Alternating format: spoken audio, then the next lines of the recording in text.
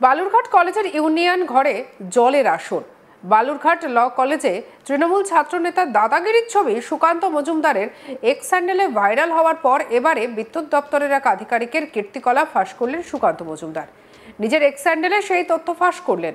আর এই ঘটনা সামনে আসার পর রাজনৈতিক মহলে হইচই পড়ে গিয়েছে, যেখানে কেন্দ্রীয় প্রতিমন্ত্রী সুকান্ত মজুমদার দাবি করছেন নাজমুল হক নামের ওই ব্যক্তি, যিনি বিদ্যুৎ দপ্তরের কুমারগঞ্জ স্টেশন ম্যানেজারের দায়িত্বে রয়েছেন, তিনি 18-3-2025 একটি চিঠি লিখে কুমারগঞ্জের তৃণমূল নেতা মফিজ উদ্দিন মিয়াকে গোপন চিরকুট পাঠাচ্ছেন। মফিজ উদ্দিন মিয়া বর্তমানে তৃণমূল কংগ্রেসের জেলা সাধারণ সম্পাদক। যে চিরকুটে স্টেশন ম্যানেজার নাজমুল হক লিখেছেন চাকরি দেওয়ার জন্য 6,52,000 টাকা তিনি পেয়েছেন। পাশাপাশি কুমারগঞ্জের ওই তৃণমূল নেতার কথা মেনে বিজেপি এসটি সেলের জেলা সভাপতি সুশীল মার্ডির বিরুদ্ধে বিদ্যুৎ চুরির অভিযোগ এনে 2.5 লক্ষ টাকা ফাইন করেছেন। হাতে লেখা এই চিরকুটের নিচে কুমারগঞ্জের স্টেশন মাস্টারের স্ট্যাম্প ব্যবহার করা হয়েছে।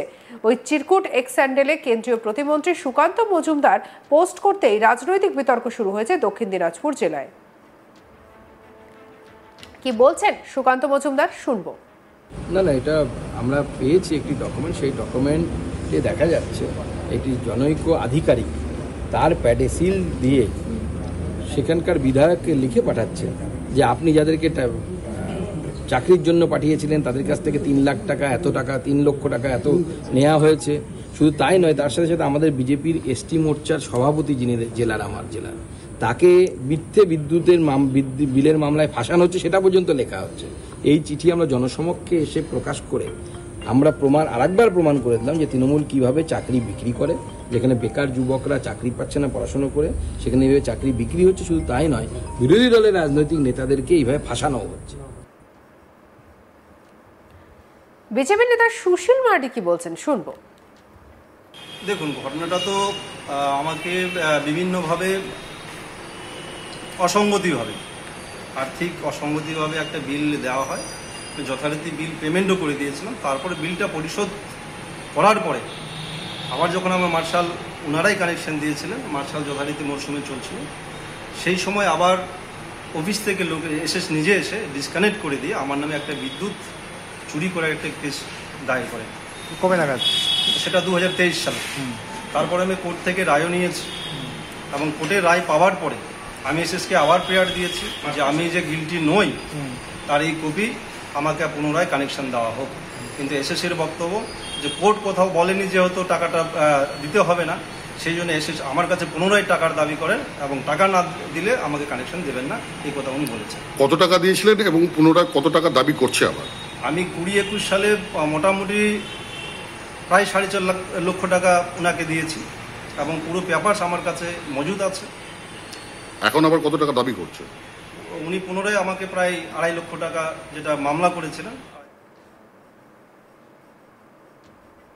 স্টেশন ম্যানেজার নাজমুল হকের বক্তব্য শুনবো।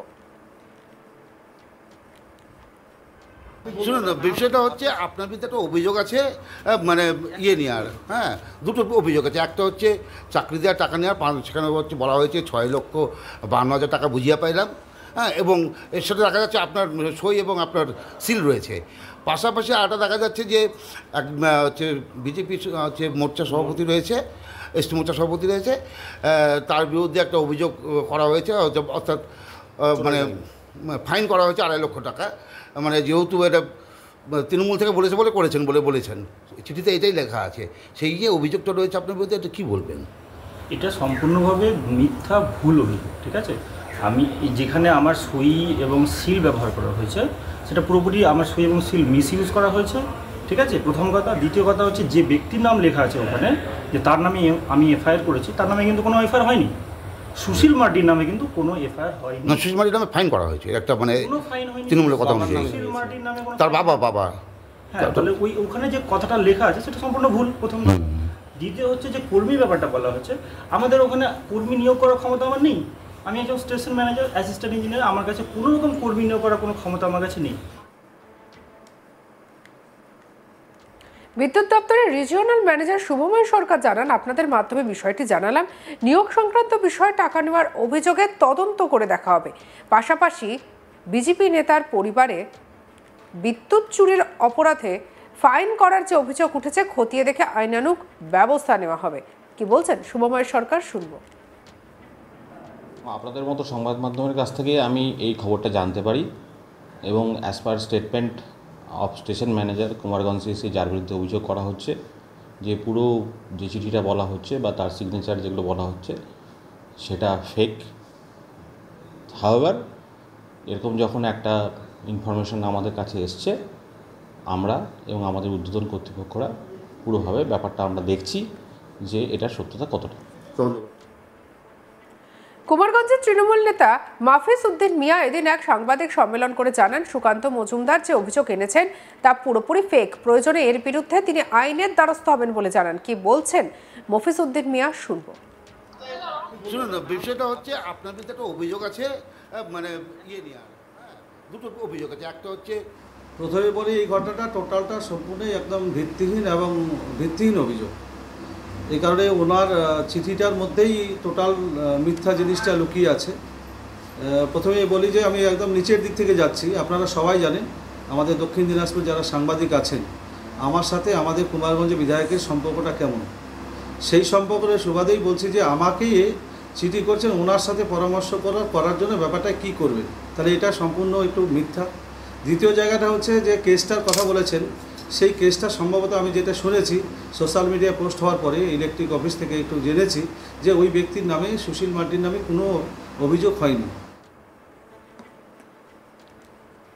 অন্যদিকে তৃণমূলের জেলা সহ সভাপতি সুভাষ চাকি কি বলছেন, শুনবো। আমি প্রথমত বিশ্বাস করি না যে এই চিঠিটার কোনো সত্যতা আছে কিনা, কারণ কোনো আধিকারিকের কাছে যদি এরকম চাপ হয়, সেই আধিকারিক তাৎক্ষণিকভাবেই তার আইনসম্মত বিধিসম্মত ব্যবস্থা গ্রহণ করতে বাধ্য। কাউকে মিথ্যে করে মামলায় ফাঁসাবে এটা আমি বিশ্বাস করি না। কিছু না কিছু ব্যাপার আছে।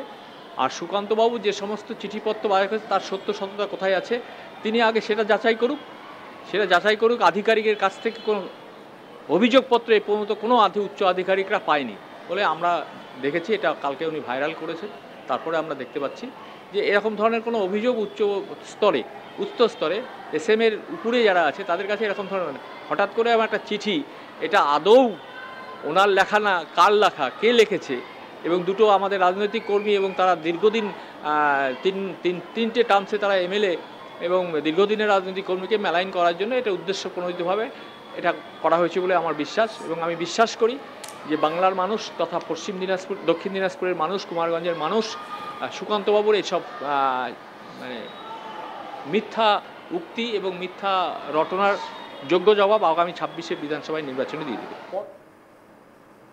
সঙ্গে রাখুন আজ তাক বাংলার ইউটিউব চ্যানেলকে। অন্যান্য খবরের জন্য লাইক, কমেন্ট, শেয়ার, সাবস্ক্রাইব করতে ভুলবেন না।